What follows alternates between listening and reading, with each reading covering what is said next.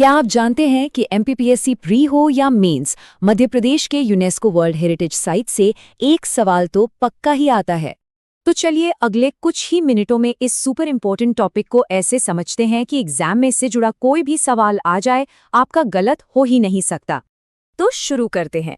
देखिए, भारत का दिल यानी मध्य प्रदेश, ये सिर्फ ज्योग्राफिकली ही सेंटर में नहीं है, बल्कि ये अपनी ऐतिहासिक धरोहरों की वजह से भी देश के दिल में बसता है। यहाँ 3 बड़े सांस्कृतिक स्थल और एक बायोस्फीयर रिजर्व हैं जिन्हें यूनेस्को ने मान्यता दी है। और बस यही वजह है कि ये टॉपिक एग्जाम सेट करने वालों का फेवरेट है। सबसे पहले चलिए टाइम में पीछे चलते हैं, बहुत पीछे, हजारों साल पीछे।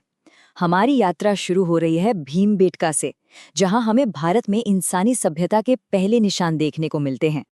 अच्छा, अब जरा इस स्लाइड पर ध्यान दीजिए। ये जो फैक्ट्स हैं ना, ये आपके एग्जाम के लिए समझ लीजिए सोने की खान है। इनसे सीधा सीधा सवाल बनता है। सबसे पहली बात, ये हैं कहाँ? तो याद रखिए, रायसेन जिले में।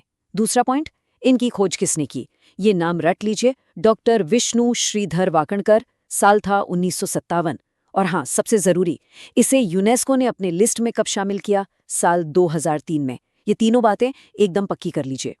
यहाँ की गुफाओं में ना हमारे पूर्वजों की कला आज भी जिंदा है। सोचिए, उन्होंने नेचुरल लाल और सफेद रंगों का इस्तेमाल करके शिकार, नाच गाने और उस समय की पूरी सोशल लाइफ को पत्थरों पर हमेशा के लिए कैद कर दिया। ये पेंटिंग्स पाषाण काल से लेकर मध्यकाल तक की पूरी कहानी बयां करती हैं। तो प्रागैतिहासिक काल से अब आगे बढ़ते हैं और आते हैं प्राचीन भारत के ऐतिहासिक दौर में। और अब हम बात करेंगे सांची के महान स्तूप की। इस स्लाइड में 2 तारीखें दिख रही हैं और ये दोनों आपके लिए गोल्डन पॉइंट्स हैं।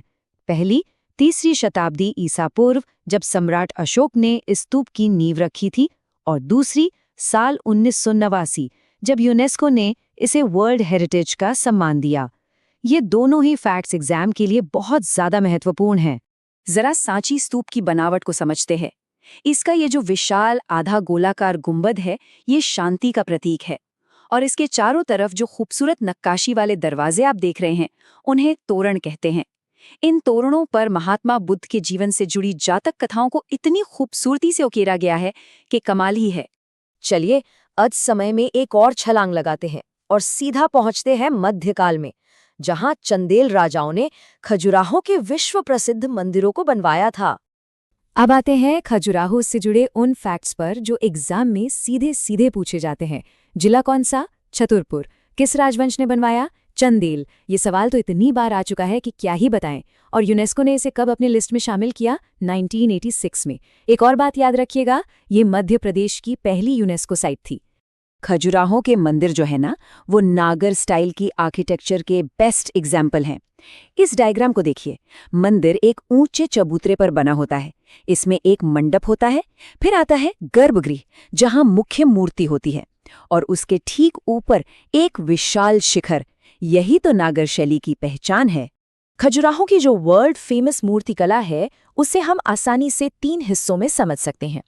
पहला, देवी देवताओं की मूर्तियां, यानी आध्यात्मिक चित्रण। दूसरा, उस समय की सोशल लाइफ की झलक, जैसे संगीत और डांस।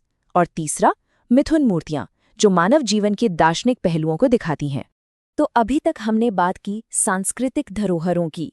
अब बारी है मध्य प्रदेश की प्राकृतिक धरोहर की, यानी कि पचमढ़ी बायोस्फीयर रिजर्व। इसके मेन पॉइंट्स याद कर लीजिए। जगह कौन सी है? नर्मदापुरम। यूनेस्को ने इसे कब मान्यता दी? साल 2009 में।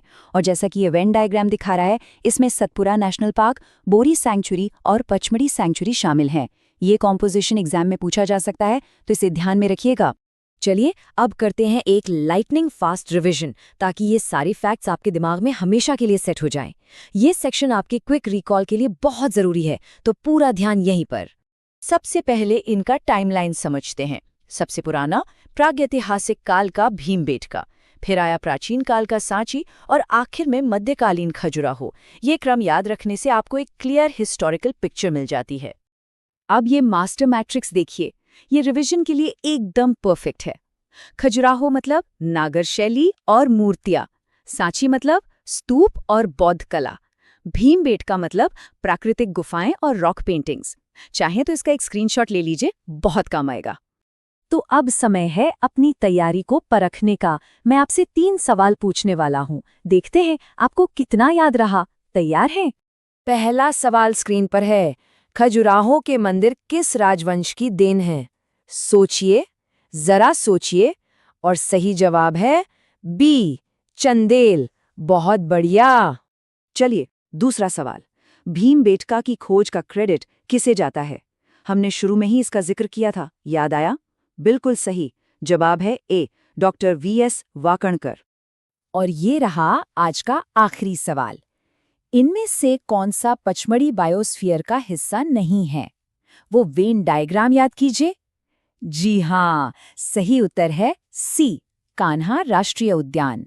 तो हमेशा याद रखिए, ये जगहें सिर्फ एग्जाम के लिए ही महत्वपूर्ण नहीं हैं। जैसा कि कहा गया है, ये स्थल केवल अतीत के पत्थर नहीं हैं, बल्कि मानव सभ्यता के विकास की कहानी है। ये हमें सिखाते हैं कि कला, शांति और प्रकृति का संगम कैसा होता है। उम्मीद है इस विश्लेषण से आपको मदद मिली होगी। सारण पीएससी इंस्टीट्यूट की तरफ से आपकी तैयारी के लिए ढेर सारी शुभकामनाएं। अगर ये जानकारी अच्छी लगी हो तो इसे लाइक और शेयर जरूर करें और आगे भी ऐसे ही विश्लेषण के लिए चैनल को सब्सक्राइब करना बिल्कुल न भूलें।